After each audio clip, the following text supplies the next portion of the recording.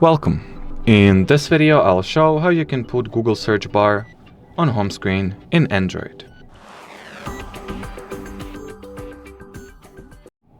So to start, unlock your phone and we'll open the home screen. Now we will need to access widgets menu. Usually you can do that by either making the following gesture swipe, so the pinch swipe on your home screen, or touch and hold at any vacant spot you have.